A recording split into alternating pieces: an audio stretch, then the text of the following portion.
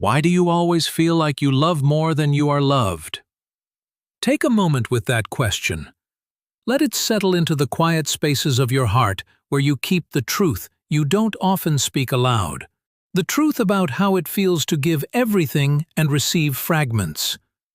The truth about how exhausting it is to be the one who always initiates, always understands, always waits. You know this feeling intimately, don't you? The hollow ache that comes when you realize you're fighting for someone's attention while they're casually browsing through their options. The sinking sensation when you catch yourself making excuses for their emotional unavailability, telling yourself that if you just love them harder, wait a little longer, prove your worth a little more, they'll finally see you. But here's what I need you to understand, and I say this with the deepest compassion. What you're experiencing isn't bad luck. It isn't because all the good men are taken, or because you're asking for too much. What you're experiencing is the direct result of a vibrational frequency you've been broadcasting without even knowing it. Bob Proctor taught us something profound about the nature of attraction. He said, "You don't attract what you want, you attract what you are." And right now, somewhere deep in your subconscious programming, you are vibrating at the frequency of someone who believes love must be earned through suffering, patience, and relentless giving. This isn't your fault. This programming began long before you understood what love was. Maybe it started when you watched your mother wait by the phone for your father to call. Maybe it began when you learned that love meant accepting crumbs because that's all that was offered. Perhaps it was the first time someone told you that you were too much or too needy, simply for wanting to be chosen clearly and completely. Your subconscious mind absorbed these early experiences like a sponge, and it created what Bob Proctor called a paradigm, a set of beliefs that now operates automatically in your life. This paradigm whispers to you that available men are boring, that passion only exists in pursuit, that real love requires you to prove your worthiness over and over again. So you find yourself drawn to the emotionally distant ones, the ones who keep you guessing, the ones who show up just enough to keep you hoping, but never enough to give you peace. Your conscious mind tells you that you want stability and commitment, but your subconscious mind is programmed to equate love with longing, connection with chase, and worthiness with winning over the unavailable. Let me paint you a picture of how this looks vibrationally. Imagine you're a radio station, and you've been broadcasting on the frequency of, "I'll prove I'm lovable."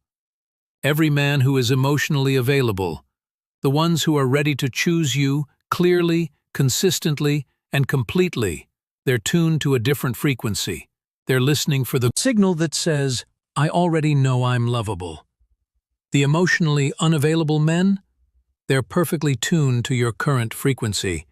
They can sense, without even knowing it consciously, that you're willing to accept less than you deserve. They pick up on the energy that says you'll wait, you'll understand, you'll make it easy for them to stay comfortable in their emotional distance.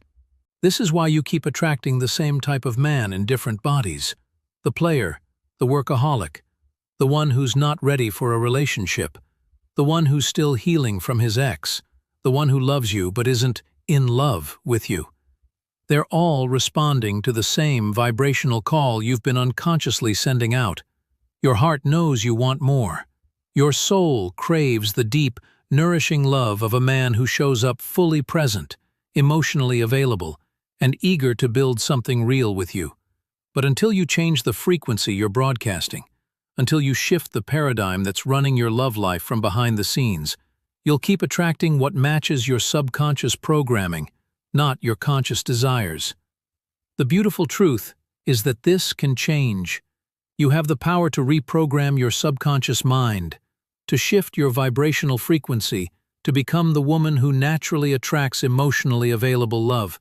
But it begins with recognizing the pattern, acknowledging how it's been serving you even as it's been hurting you, and making the conscious choice to align your inner world with your deepest desires. Right now, as you listen to these words, something inside you is stirring. It's the part of you that has always known you deserve more than breadcrumbs, more than maybes, more than the exhausting dance of trying to turn unavailable love into something real. What was the first time you felt like you had to fight to be loved? Take a moment to go back to that memory, to that little girl who decided that love meant earning, proving, waiting. Share with me in the comments. When did you first learn that love was something you had to work for, instead of something you were worthy of simply by being you? You've been trying so hard to love your way into being loved back. You've perfected the art of understanding, of being patient, of making excuses for their emotional unavailability. You've told yourself that if you just give a little more, wait a little longer, love a little harder, they'll finally open up. They'll finally choose you. They'll finally be ready. But what if I told you that your very willingness to accept less is the exact energy that keeps attracting men who offer less? This is one of the most difficult truths to accept because it means taking responsibility for patterns you didn't even know you were creating. Bob Proctor understood this deeply when he taught about the subconscious mind being like a fertile garden. It doesn't judge what you plant, it simply grows whatever seeds you consistently sow. Right now, you're unconsciously sowing seeds of scarcity. You're vibrating at the frequency of, "I'll take whatever love you're willing to give me." And the universe, in its perfect responsiveness, keeps sending you men who are willing to give you exactly that, whatever little they're comfortable offering. Let me show you how this energy looks in real time. When you meet a man who's emotionally available, someone who texts you back promptly, makes clear plans, expresses his feelings openly, what happens inside you? If you're honest, really honest, there's often a small voice that whispers, "This feels too easy. Where's the challenge? Where's the butterflies?" You've been conditioned to believe that love should feel like a constant audition, like you're always one mistake away from being rejected. So when someone shows up offering consistent, available love, your subconscious mind doesn't recognize it as exciting because it doesn't match your programmed definition of passion. This is why you might find yourself friend-zoning the available ones while obsessing over the ones who keep you guessing. Your energy system has been trained to interpret unavailability as intrigue, emotional distance as mystery, and inconsistency as chemistry. But here's what Bob Proctor knew about energy and attraction. You don't attract what you want. You attract what you are being. And right now, you are being someone who believes she needs to prove her worthiness, someone who equates love with struggle, someone who thinks real connection requires her to make herself smaller so others feel comfortable staying closed. This shows up in ways you might not even notice, the way you dim your light so you don't seem intimidating, the way you rush to fill uncomfortable silences, the way you apologize for having needs or for wanting clarity, the way you make yourself available whenever they finally decide to reach out, even if they've been ignoring you for days. You've become an expert at reading their moods, managing their emotions, and accommodating their limitations. You've turned yourself into a safe harbor for men who aren't ready to sail into deeper waters. And while your heart believes this makes you loving and understanding, your energy is actually broadcasting, "I don't believe I deserve more than this." The emotionally available man, the one your soul is calling for, he's not looking for someone to manage his emotions or accommodate his limitations. He's looking for an equal, a woman who knows her worth so clearly that she naturally calls forth his best self. He's attracted to the energy of a woman who receives love easily because she already loves herself completely. But you've been so focused on being chosen that you forgot to choose. You've been so busy proving you're worthy that you stopped acting worthy. You've been vibrating from lack, the lack of his attention, the lack of his commitment, the lack of his emotional availability, instead of vibrating from wholeness. Can you feel the difference? Can you sense how different your energy would be if you truly believed you deserved clear, consistent, emotionally available love? If you knew without a doubt that the right man for you would be grateful for the opportunity to love you fully. That energy, the energy of a woman who knows she's a gift, that's what attracts emotional availability. Not because you're demanding it, Not because you're withholding yourself until you get it, but because your entire being radiates the quiet confidence of someone who already knows her worth. When you stop vibrating scarcity and start vibrating abundance, when you stop broadcasting "please choose me" and start emanating "I choose wisely," everything changes. The men who were comfortable with your previous energy, the ones who thrived on your uncertainty and your willingness to accept less, they'll naturally fade away. They can't match the new frequency you're broadcasting. And the ones who are ready for real love, the ones who have done their own work and are looking for a woman who has done hers, they'll be drawn to you like iron to a magnet, not because you're chasing them, but because you've stopped running from yourself. This shift begins with one simple recognition. Being chosen starts when you stop begging for attention vibrationally.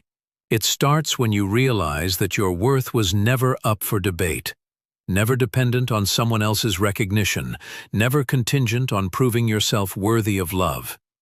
If this part has touched something deep within you, if you feel that stirring of recognition in your chest, write in the comments below, "I'm ready to change my vibration."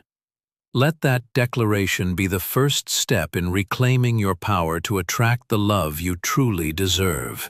Close your eyes for a moment. Take a deep breath.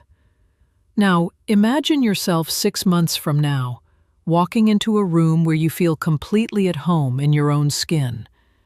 Your shoulders are relaxed, your heart is open, and there's a quiet radiance about you that draws people in without you having to try.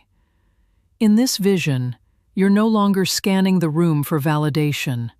You're no longer wondering if you're enough, attractive enough, interesting enough, worthy enough. You simply are. And from that place of being, you naturally attract what matches your energy. Now imagine a man approaching you in this vision. But this time, it's different. He's not playing games or keeping you guessing. He's present, fully present. His eyes hold yours with genuine interest. When he speaks, you can feel that he's actually listening. When he asks for your number, it's because he genuinely wants to know you better, not because he's collecting options. This isn't fantasy. This is the natural result of becoming a woman who vibrates self-love so purely that she magnetizes emotionally available love. Cannot receive what you are not already giving to yourself. If you want a man to be emotionally present with you, you must first be emotionally present with yourself. If you want someone to choose you consistently, you must first choose yourself daily. This transformation begins in the quiet moments of your life. It starts when you catch yourself about to text him again, and instead you pause and ask, "What do I need right now that I'm trying to get from him?" Maybe it's reassurance, maybe it's validation, maybe it's simply the feeling of being wanted. Whatever it is, the new you learns to give it to herself first. She speaks to herself the way she wants to be spoken to. She keeps the promises she makes to herself. She prioritizes her own emotional well-being not as a backup plan, but as the foundation from which all healthy love flows. The woman who attracts emotionally available men has what Bob Proctor called vibrational congruence.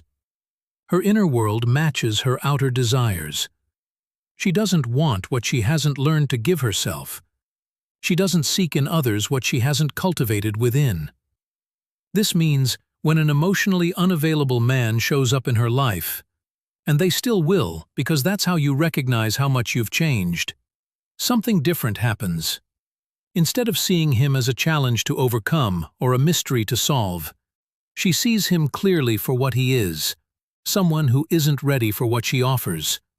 And instead of trying to convince him or heal him or wait for him to be ready, she makes a choice that the old version of her couldn't make. She chooses herself, not as a manipulation tactic, not as a way to make him chase her, but as a genuine act of self-love and self-respect. She understands that his emotional unavailability isn't about her worth, it's about his capacity. And she's no longer willing to shrink her needs to fit someone else's limitations. This creates what I call the selection effect. When you stop trying to win over everyone and start consciously choosing who gets access to your energy, you naturally filter out those who aren't capable of meeting you where you are. You don't have to reject them harshly or dramatically. They simply don't feel comfortable in the presence of a woman who knows her worth. The emotionally available man, however, recognizes something familiar in your energy. He sees a woman who has done her work, who has healed her patterns, who radiates the same emotional health he's cultivated in himself. He doesn't feel threatened by your wholeness, he feels inspired by it. When you meet him, there's no desperate grasping, no anxious wondering, no exhausting games.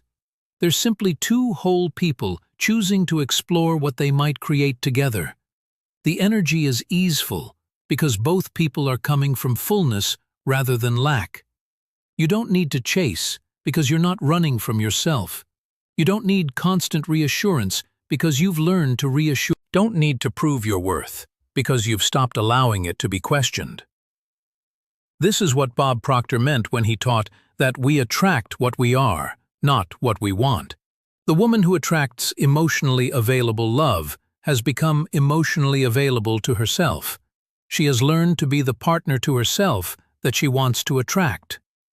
From this place, love becomes a choice rather than a need. Partnership becomes enhancement rather than completion, and relationships become about two people who want to be together rather than two people who need each other to feel whole. You are not broken and in need of fixing. You are not lacking and in need of completing. You are not too much or too little. You are a woman who learned some patterns that no longer serve you, and now you have the power to choose new ones. The love you seek is not somewhere out there, waiting for you to finally be good enough to deserve it. It's already within you, waiting for you to recognize it, honor it, and radiate it so purely that it calls forth its perfect match. You don't need to be the flower that screams for attention. Even the quietest flowers are pollinated when they bloom fully into themselves. What do you need to let die within you?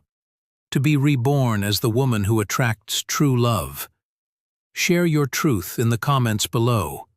Your willingness to look honestly at what needs to transform is the first step toward calling in the love your soul has been waiting for.